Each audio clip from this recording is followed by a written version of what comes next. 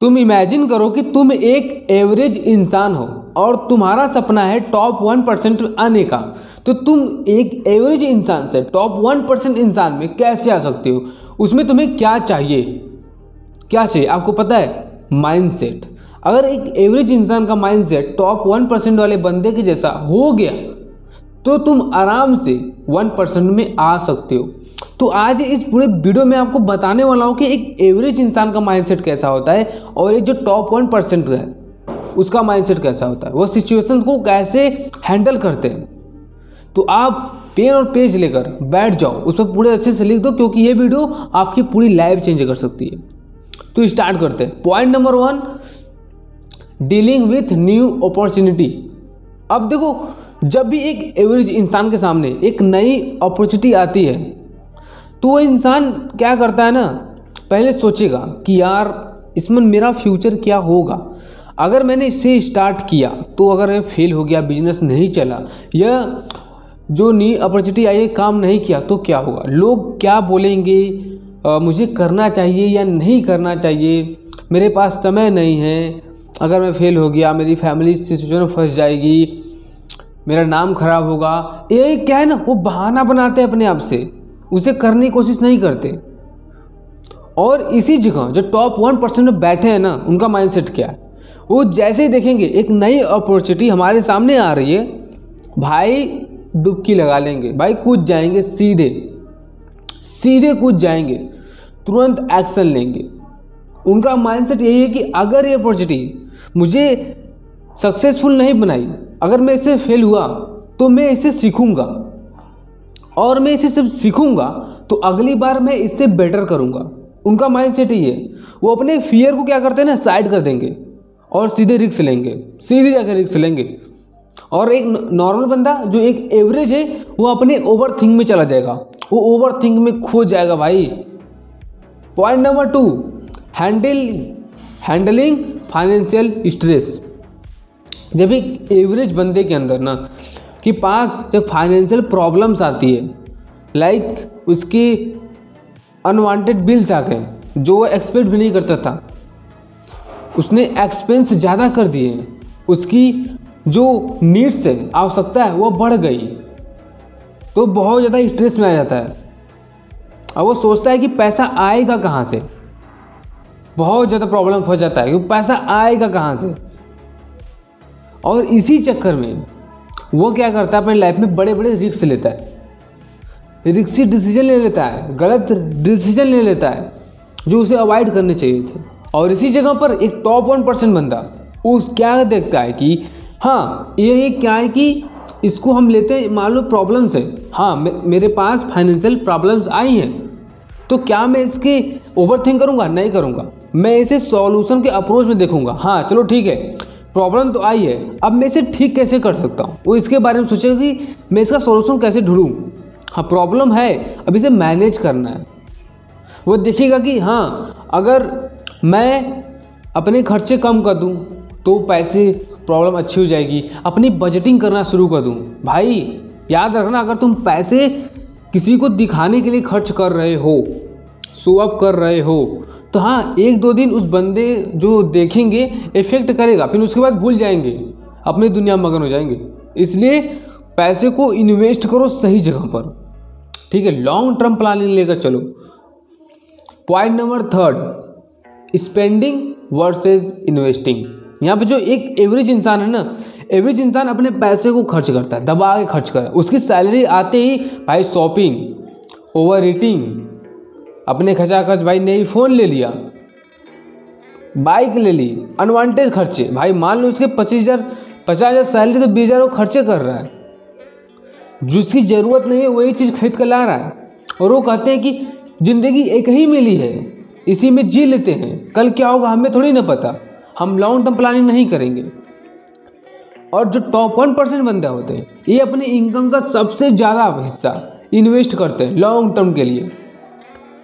इनका future building planning होता है, ये फ्यूचर के बारे में सोचते हैं। ये ना हमेशा फाइनेंशियल नॉलेज को इम्प्रूव करते हैं। आपको अगर लाइफ में अमीर बनना है, टॉप 1% में आना है, तो अपने स्मार्ट फाइनेंशियल नॉलेज को आपको इम्प्रूव करना पड़ेगा। पैसे आपको इन्वेस्ट करने पड़ेंगे। मैं आपको एग्जांपल देता हूँ, जब बिटकॉइन जब लॉन्च हुआ था 2009 में, उसकी जो प्राइस थी ना $0.003, यानी 14 रुपये के आसपास, 14 रुपये 70 पैसे के आसपास उसकी प्राइस थी एक बिटकॉइन की। और आज 2024 में $89,614, अप्रोक्स 75 लाख रुपए भाई एक बिटकॉइन की। 2009 में 14 रुपये का एक बिटकॉइन 2024 में 75 लाख रुपए का हो गया है। क्या उस समय किसी के पास 14 रुपये नहीं थे? भाई 14 रुपये क्या, उससे बहुत ज़्यादा थे, लेकिन उनको नॉलेज नहीं था इन्वेस्टिंग का नॉलेज नहीं था, फाइनेंशियल नॉलेज ही नहीं था। उसी बीच इथरम, उसकी प्राइस थी 0.003 यानी 15 पैसे, बताओ 15 पैसे, और आज उसकी कीमत है 2.6 लाख रुपए नियर अबाउट एक इथरम की। सोचो इन्वेस्टिंग इतनी पावरफुल चीज़ है, बट आपको उसका नॉलेज आपको गेन करना पड़ेगा। यूट्यूब पर लाखों वीडियो है ब्रो, तुम सीख सकते हो। फाइनेंशियल एजुकेशन बहुत ज़्यादा इंपॉर्टेंट है। चौथी चीज़, टाइम मैनेजमेंट। ये समय को गाली देते हैं, एक एवरेज इंसान समय को गाली देता है। भाई प्रोक्रास्टिनेशन में पूरी ज़िंदगी बिता देंगे ऐसे लोग, कल करेंगे, बाद में करेंगे, टीवी देख लेते हैं, चिल करते हैं, रील्स देखेंगे, इसी में पूरी ज़िंदगी बिता रहे हैं, बहाना बना रहे हैं प्रॉब्लम से। और जो टॉप 1% बंदा है वो अपने दिन को शेड्यूल करते हैं कि मुझे ये करना है, अपने टाइम की वैल्यू करते हैं। आज मैं आपको एक चीज़ बताता हूँ, अगर आपका सपना है कि मुझे मंथली, मान लो तुम्हें मंथली कितना, मान लो मंथली तुम्हें 10 करोड़ कमाने के अंदर ताकत है, मान लो तुम मंथली कहते हो कि मैं 10 लाख रुपए मंथली कमा सकता हूँ, ठीक है, मान लो भाई, मान लो तुम्हारे अंदर पोटेंशियल है, मैं मानने की बात कर रहा हूँ कि तुम मंथली 10 लाख रुपए कमा सकते हो। तो अब देखो क्या करना है तुम्हें। अब एक दिन में कितने होते हैं? 24 घंटे, ठीक है।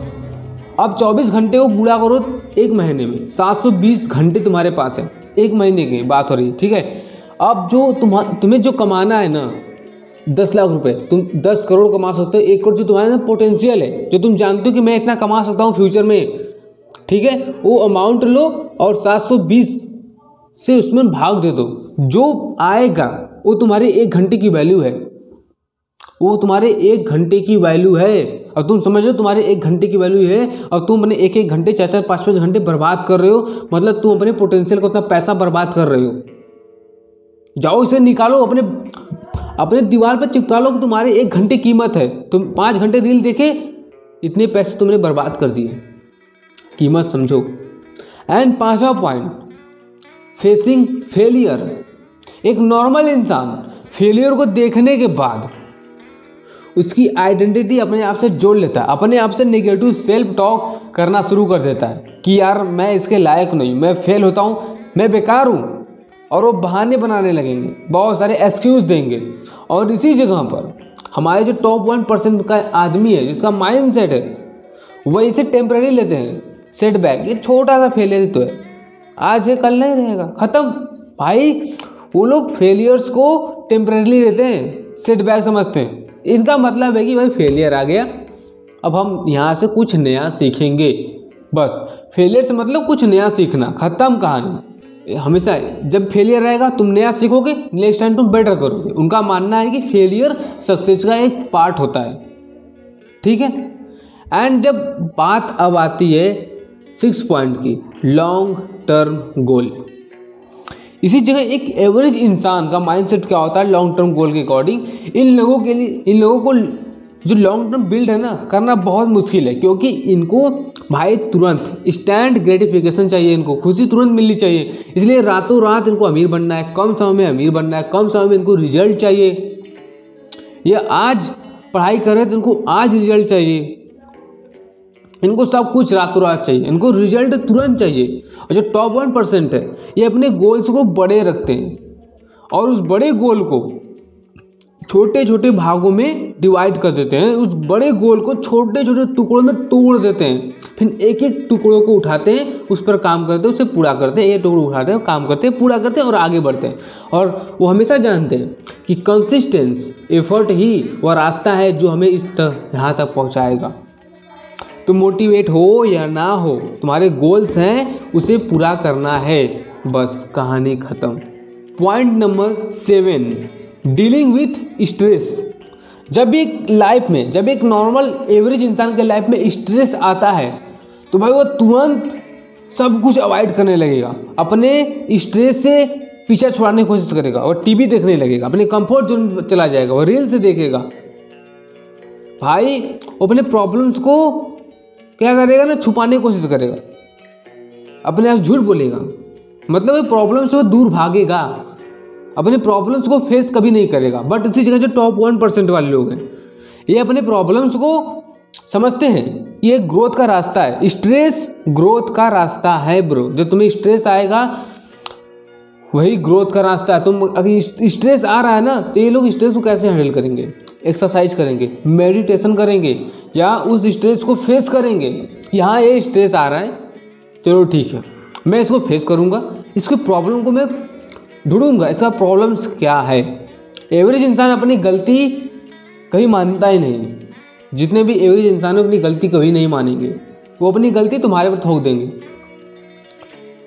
जो टॉप 1% में आते हैं वो अपनी गलती मानते हैं कि हाँ मेरी गलती है, अब मैं इसे इम्प्रूव करूँगा और मैं बेटर बनूंगा। तो ये 7 पॉइंट थे जो एक एवरेज और एक टॉप 1% बंदे को डिकोड करते हैं। अब तुम इमेजिन करो कि क्या ये तुम्हारे अंदर हैं और कितने पॉइंट तुम्हारे अंदर थे, कमेंट करना। और अगर इस वीडियो से कोई भी वैल्यूएबल मिली हो तो अपने दोस्तों के साथ शेयर करना। प्लीज़ लाइक सब्सक्राइब कर देना ब्रो, यार तुम्हारे एक लाइक और कमेंट्स ना और एक सब्सक्राइब से भाई मुझे इतनी मोटिवेशन मिलता है कि मैं ऐसे हज़ारों वीडियो बनाने के लिए तैयार हूँ आपके लिए। ठीक है, तो भाई सब्सक्राइब करना मत भूलता। मिलते हैं अंदर वीडियो में।